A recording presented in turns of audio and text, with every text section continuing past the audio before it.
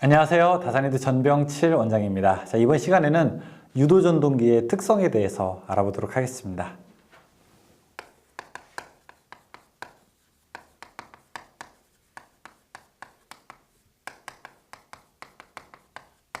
유도전동기의 특성에서 여러분들이 꼭 알아두셔야 될 것은 비례추이. 바로 이 내용입니다. 비례추이가 뭘까요? 이거 사실 계속 말씀드리지만 수학적으로 들어가게 되면은요, 여러분들 기사 가야 됩니다. 기사 과정에서 공식 유도하고 다 해야지 이제 완벽하게 사실 이해하는 건데, 우리가 여기에서는 대충 그 의미 정도만 아는 것으로도 여러분들이 충분하게 그 내용을 학습할 수 있을 것이라고 이렇게 생각합니다. 비례추이, 딱 말만 한번 보죠. 비례추이, 대충 비례해서 대충 때려 맞춘다, 예측한다, 뭐 이런 거죠. 예를 들어 이런 거 있습니다. 제가 그냥 편의상 비유를 할 때 돈이랑 많이 비유를 하죠. 그렇죠? 그래서 혹시 그런 내용이 좀 불편하신 분이 있을 수도 있지만, 그냥 제가 편의상 하는 거니까 그냥 그렇게 넓은 아량으로 봐주시기 바라겠습니다. 우리가 근속 연수를 한번 볼게요. 회사 일하면 월급 올라가잖아요. 그렇죠? 그러면은 예를 들어 이런 거 보죠. 만약에 1년 차에서 내가 딱 입사를 했더니 월급이 100만 원이야. 100만 원이야, 회사에서. 아니, 2년 차가 됐더니 150만 원을 줬어. 그러면은 3년 차는 비례해서 때려 맞추면 얼마 정도 받을 수 있을 거다라고 우리가 예측할 수 있을까요? 예측할 수. 이 정도 속도라면은 200만 원을 우리가 예측할 수 있지 않을까요? 그쵸? 이런 걸 우리가 비례추이라고 이야기하게 됩니다. 비례추이.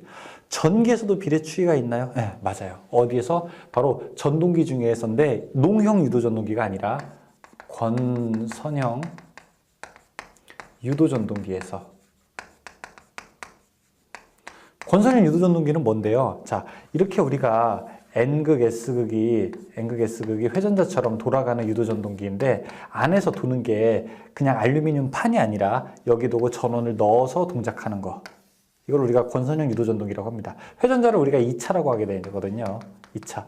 2차에다가 이렇게 저항을 하나 놓는 거예요. 저항을 놔서 이 저항값을 살살 바꾸면, 그러니까 회전자에 들어가는 코일의 저항을 살살 바꾸면은 뭐가 바뀐다는 거예요. 그래서 우리가 이 저항값의 크기를 줄였다 높였다 하게 되면서 바꿀 수 있는데, 뭘 바꿀 수 있느냐? 권선형 유도전동기의 비례추이를 통해서 토크를 바꿀 수 있어요. 토크가 뭐예요? 회전하려고 하는 힘, 회전력을 우리가 바꿀 수 있다는 겁니다. 그럼 한번 여기 그 교재에 있는 내용들을 보죠. 비례추이, 2차 회로 저항의 크기를 조정함으로써 그 크기를 제어할 수 있는 요소가 되고요. 1. 권선형 유도전동기에서만 사용한다. 권선형 유도전동기에서만.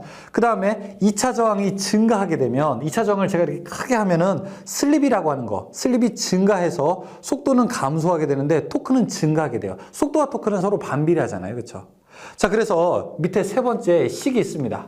자, 식이 S분의 R2는 S 다시 이거 R2 다시 플러스 R2 뭐 이런 식이 있게 되는데, 이것은 뭐냐면은 여기에서 R2 슬립분의 R2는 일정하거든요. 그런데 여기서 R2 외부에다가 저항을 하나 R2를 넣어서 이 값을 조절하게 되면은 슬립이 바뀐다는 뜻이에요. 그래서 이 슬립이 바뀌는 것을 가지고, 그러니까 저항을 놓으면은 그러니까 속도를 조절할 수 있어요. 속도를 조절하게 되면 토크가 바뀐다는 거예요. 그래서 그럼 우리가 뭘 알고 싶냐면은 일반적인 유도전동기가, 자, 슬립이 여기 있고 이제 T max 최대 토크라고 한번 해볼게요. 그러면은 보통 슬립이 0. 여기가 슬립이 1이라고 하고, 그러니까 여기로 갈수록 오른쪽으로 갈수록 속도가 높은 거죠. 일반적인 전동기는 최대 속도의 약 80%에서 최대 토크를 발생한다고요.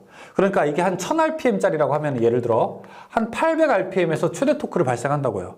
근데 여러분, 경우에 따라 다르지 않아요? 내가 어떤 모터가 있는데 그 모터는 800rpm 정도까지 갔을 때 최대 토크를 발생하는 것이 아니라 조금 낮은 속도에서 최대 토크를 만들고 싶어요. 예를 들어 여러분 보세요. 재봉틀 같은 거. 재봉틀 일반 천은 바늘이 약하지만 재봉틀일 때 예를 들어 두꺼운 가죽 같은 거를 이렇게 뚫는다고 한번 해보세요. 그러면은 이게 속도가 막 800rpm까지 갈 필요는 없죠. 조금 속도가 낮더라도 저속에서 큰 토크를 원할 때가 있다고요. 속도가 낮아도 힘이 센 거를 원할 때가 우리가 있다고요. 그러면은 야, 나는 이런 그래프를 원하잖아. 나는 좀 이렇게 저속에서 이렇게 좀 최대 토크를 만드는 좀 이런 그래프를 얻고 싶은데, 나는 아니야.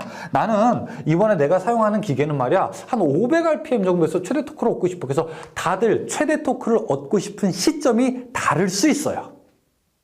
그때 사용하는 것이 바로 비례치입니다. 즉 여기에 있는 저항을 살살 조절하게 되면은 슬립의 범위가 바뀌게 되는데요. 슬립의 범위가 바뀌면서 최대 토크의 시점을 조절할 수 있다는 거죠. 그러면은 어떤 유도전동기는 처음에 출발할 때 큰 힘을 얻고 싶은데 이렇게 출발할 때 최대 토크를 얻고 싶은 이런 형태도 우리가 만들 수 있게 되는 거죠. 자, 그러니까 비례치를 이용하면은 최대 토크의 어떤 거 시점을 바꿀 수 있다.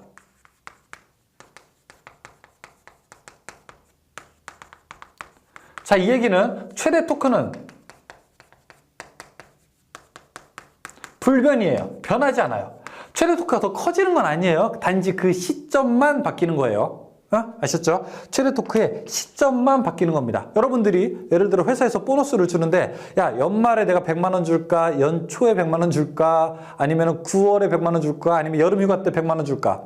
100만 원의 크기는 똑같아요. 바뀌지 않아요. 그런데 연초에 줄 거냐, 연말에 줄 거냐, 사람마다 다르잖아요. 어떤 사람은 연초에 필요한 사람이 있고 어떤 사람은 연말에 필요한 사람이 있잖아요. 마치 그런 것과 같은 거예요. 어떤 게?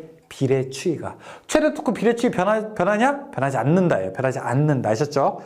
자, 거기 특징 보시게 되면은 2차 저항을 변화해도 최대 토크는 불변한다. 밑줄 하나 치세요. 자, 그리고 2차 저항을 크게 하면 기동 전류는 감소하고 기동 토크는 증가한다. 자, 비례추이 할 수 있는 거, 때려 맞출 수 있는 거, 우리가 월급 이런 거 때려 맞출 수 있어요. 연차 때려 맞출 수 있어요.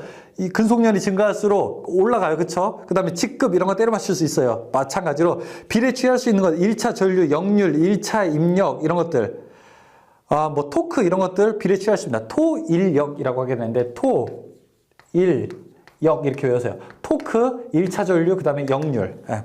자, 그래서 비례 취할 수 없는 것, 출력, 효율, 동선, 동기속도 이런 건 비례 취할 수 없다. 자, 밑에 원선도 나와 있게 되는데 원선도 그냥 넘어가십시오. 넘어가시고 맨 밑에 원선도에서 알 수 있는 것, 1차 동선, 2차 동선, 1차 입력, 철순, 여자 전류 그냥 이 정도만 보십시오. 다음에 세 번째, 효율.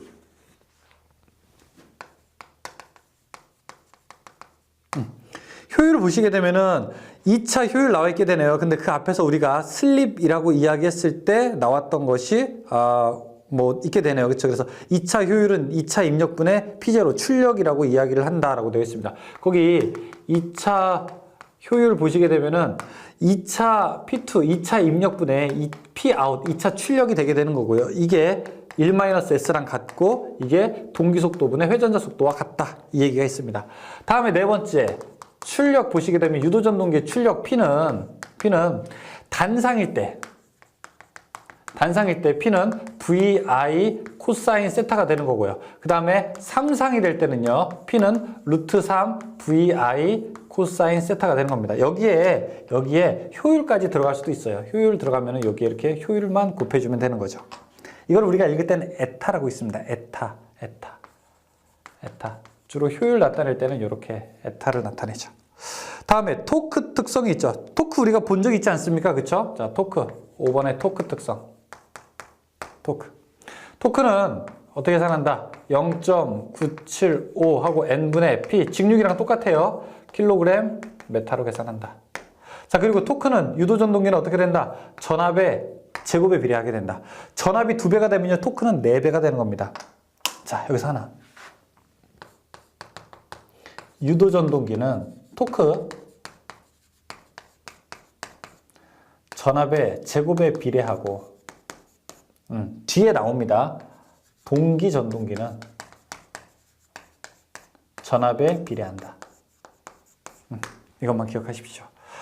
자, 제가 여러분 반복 강의를 좀 여러분 계속 강조하죠. 반복 강의 여러 번 들어야 된다. 왜 그러냐면은 지금 예를 들어 동기기 같은 경우에는 제가 여기서 아무리 동기기 개념이 조금 들어가기는 하는데 여기서 동기기에 대한 것들을 이야기하면은 잘 이해가 안 되죠. 근데 이제 우리가 뒤에서 한번 배우거든요. 한번 배우고 나중에 두 번째 올 때 이런 얘기를 듣게 되면 아 맞아 그때 그거 했지라고 하면서 영감 오는 것들이 있습니다. 아셨죠? 그래서 저희 다산에듀 강의가 저희 전기기능사 필기가 조금 짧으면서도 여러 번 반복하는데 좀 용이하게 그렇게 강의를 여러분들 만들었습니다. 그러니까 꼭 한 번만 보지 말고 두 번, 세 번 보고 그리고 용어 잘 모르겠는 거는 처음 볼 때, 두 번 볼 때 용어 잘 모르는 것에 대해서 너무 신경 쓰지 마세요.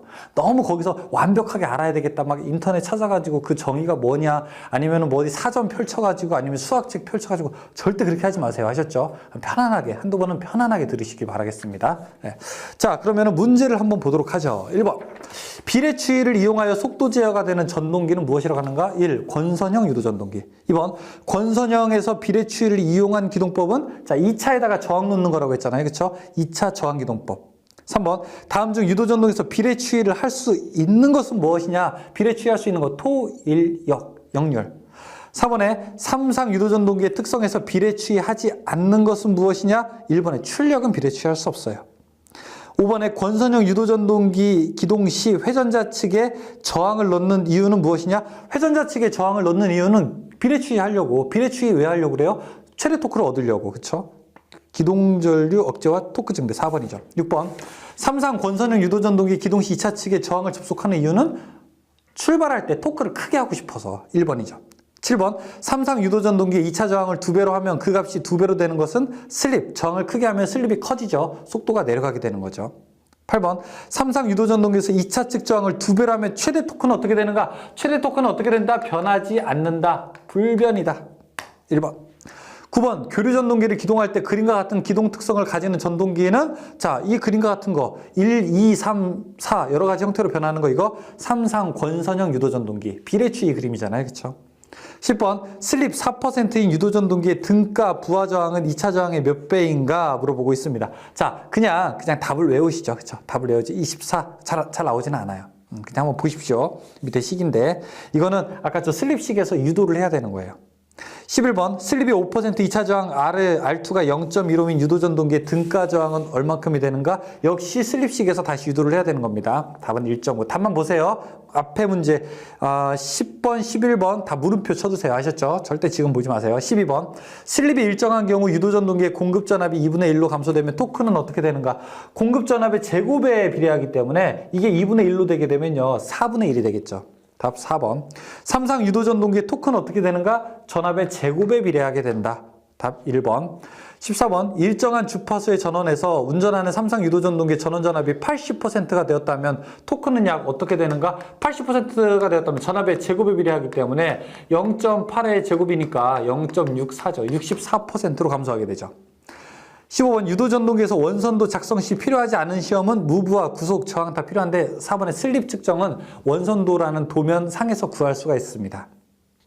16번 삼상 유도전동기의 전격 전압을 V, N, 출력을 P, 1차 전류를 I, 역률을 코사인 세타라고 하면은 효율을 나타낸 것은 어떻게 하게 되는가 물어보겠습니다. 16번 지금 삼상 유도전동기를 나타내니까 삼상 유도전동기는 루트 3, VI 코사인 세타에다가 효율까지 넣었어요. 그렇죠? 그럼 여기서 효율은 어떻게 됩니까? 여기 있는 거를 양쪽으로 나누면 되겠죠? 루트 3 VI 코사인 분의 P 이렇게 계산할 수 있죠. 답은 3번이죠. 끝이네요. 그렇죠? 네. 자, 여기까지 해서 우리가 유도전동기의 특성까지 알아봤습니다. 수고하셨습니다.